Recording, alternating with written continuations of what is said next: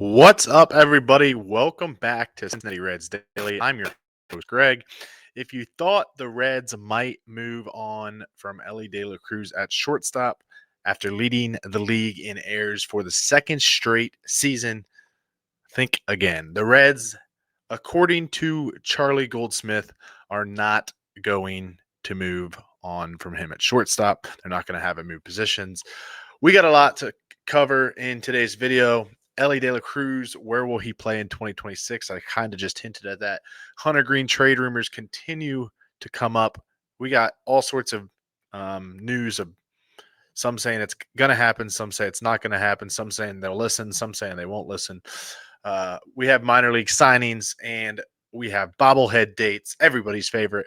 We have the Arizona Fall League Fall Stars recap. We have all sorts of stuff. So let's jump right in. So like I said, the first section we'll talk about here, Charlie Goldsmith. If you haven't read Charlie's stuff, I think most people know Charlie. He has his own Substack called Charlie's Chalkboard. Go give it a follow. Charlie gives great insights to the Reds, everything on there. But he reported on Monday afternoon that the Reds are not moving Elly De La Cruz off of shortstop. He will be the Cincinnati shortstop again in 2026, and the organization has no plans to change his position. In his Substack, he wrote, Elly De La Cruz will be the Reds shortstop again in 2026, according to sources. So he's not just coming out and saying that. He clearly has somebody inside the organization that's telling him that is what the Reds' plan is, to leave Elly De La Cruz at shortstop. The Reds' plan, he also went on in his article to say the Reds' plan is to give Elly more off days and more days as the designated hitter after he played all 162 games in 2025. They think Elly being able to stay fresh will help him defensively and offensively. He kind of took a step back a little bit last year. They're trying to hope he takes a big step forward. Terry Francona joined the Reds hot stove last week, and he was also asked about Elly De La Cruz. And I'll read you his quote. That's the $100 question. I think Freddie Benavides is one of the better coaches I've seen or I've been around. Elly makes some errors that can be fixed. We got to clean the errors up. We're going to spend a ton of energy trying to do it. That was from Terry Francona on the Reds hot stove last week. The Reds still believe in his upside, and his advanced metrics probably prove why, although they were way down in 2025. In 2025, his outs above average was -3, which was 27th out of all major league shortstops. In 2024, even though he led the league in errors, his outs above average was still +14, which was 5th among all major league shortstops. So obviously he's shown some elite defensive flashes. They just need him to be consistent. Offensively, De La Cruz posted a solid season last year. Again, it probably wasn't what they wanted it to be. He slashed 264, 336, 440, had 60 extra base hits and 37 stolen bases. He had less extra base hits, less home runs, less stolen bases. Part of that was the Reds were just not aggressive on the bases. I think that's what Francona preached a little bit, which I don't love, but it is what it is. So he has to give the Reds more in 2026, and the Reds are going to try to unlock it. With that decision, it seems like the infield is pretty much set. You're going to have Spencer Steer, Sal Stewart probably splitting first base, probably DHing some. Matt McLain is going to be the second baseman most likely. Elly De La Cruz, obviously, shortstop, and Brian Hayes at third base. I don't think that's going to change a ton. Sure, the Reds can go out and make some moves. I think if the Reds make moves, it's going to be for outfielders. I don't see any of those guys not being starters as the season begins next year. So that's your infield. That's your Elly De La Cruz talk. Now, Hunter Green. Every week we get a different update about Hunter Green. It started right after the season ended. Mark Sheldon put out an article that said Hunter Green could be traded.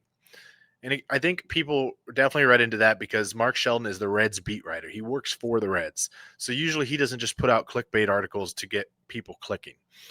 So I think there probably is something there. Now, it seems silly. The whole time I've said there's no way they're trading Green. It just doesn't make sense. He's on too good of a team-friendly deal.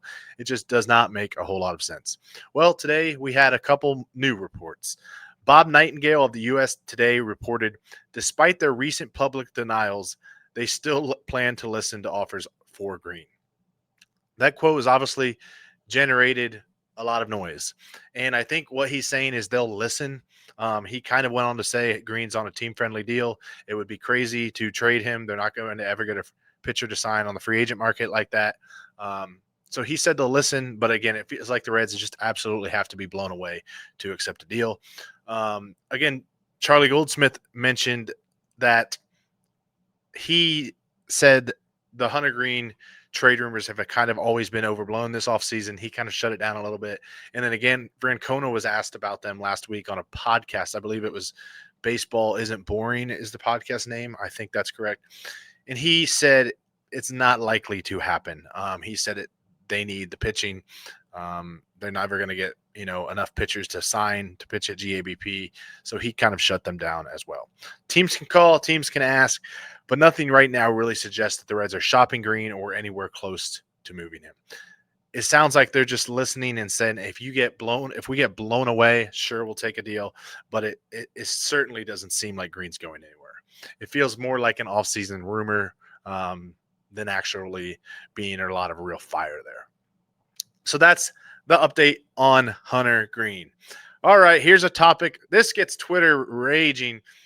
The 2026 bobblehead dates have been released. So I'll give them away here. First of all, people get mad over this. The Reds weren't the first team to put out their bobbleheads. The Orioles put out their bobbleheads. This is a normal thing that teams do. But when the Reds do it, it becomes, the Reds only care about bobbleheads. They don't care about winning. I get it. I get it. It's frustrating with the ownership not spending money, but the bobblehead thing gets so overblown. But anyway, here are the giveaway dates. April 11th, it's Noelvi Marte. I believe the bobblehead is him going up and robbing the home run late in the season. May 9th is a Star Wars bobblehead. May 23rd is Cabrian Hayes bobblehead. May 30th, Spencer Steer bobblehead. June 13th, Andrew Abbott bobblehead. August 1st, Terry Francona bobblehead. And September 5th, Elly De La Cruz bobblehead. Again, no Hunter Green. Take that for what it's worth. I'm not going to read into it too much, but it is interesting that there's no Hunter Green on that list. All right, moving on. There were some minor league signings last week. These are just some catching depth options. Probably two guys that I don't think would make it to the big leagues, but you never know. I hope they make it to the big leagues and prove me wrong.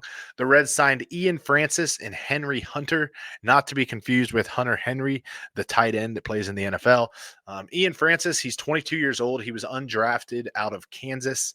He hit 247 with a 792 OPS in 101 plate appearances. Henry Hunter was undrafted out of Georgia. He played for the Florence Yalls, so kind of a fun story. Hit 260 with a 709 OPS in 21 Frontier League games. Again, these moves aren't going to grab the headlines, but the organization always needs catching depth in the minors, and who knows, maybe these guys will catch someone's eye and they'll work their way up the minor leagues. And the last little tidbit here is the AFL Fall Stars game was last night. That's the Arizona Fall League All-Star game, essentially. There were 4 Cincinnati Reds who made the game. 3 of them actually got to play. Rhett Lauder made it, but he didn't pitch. That had been announced when the rosters were released that he would not pitch. Leo Balcazar played. He has had an awesome Arizona Fall League. He's probably going to earn himself a 40-man roster spot, so the Reds don't risk losing him in the Rule 5 draft. He walked and reached on a throwing error. Alfredo Duno walked and grounded into a double play, and Cam Collier, he hit a 113-mile-per-hour single in his first at-bat. In his second at-bat, he fouled a ball off his right knee. He ended up striking out in that bat, and then he was removed from the game after he had a noticeable limp. Hopefully that's just precaution, but we haven't heard anything else on Collier. But that's some information on this week for the Reds. A lot thrown at you there. The big topic obviously is Elly De La Cruz will be your shortstop in 2026. The Hunter Green trade rumors, he's probably not going anywhere, but it sounds like the Reds are listening. So let me know in the comments, do you agree with the Reds sticking with Elly De La Cruz at shortstop? And what's your reaction to the Hunter Green trade rumor stuff? Is it smoke? Is there actually fire there?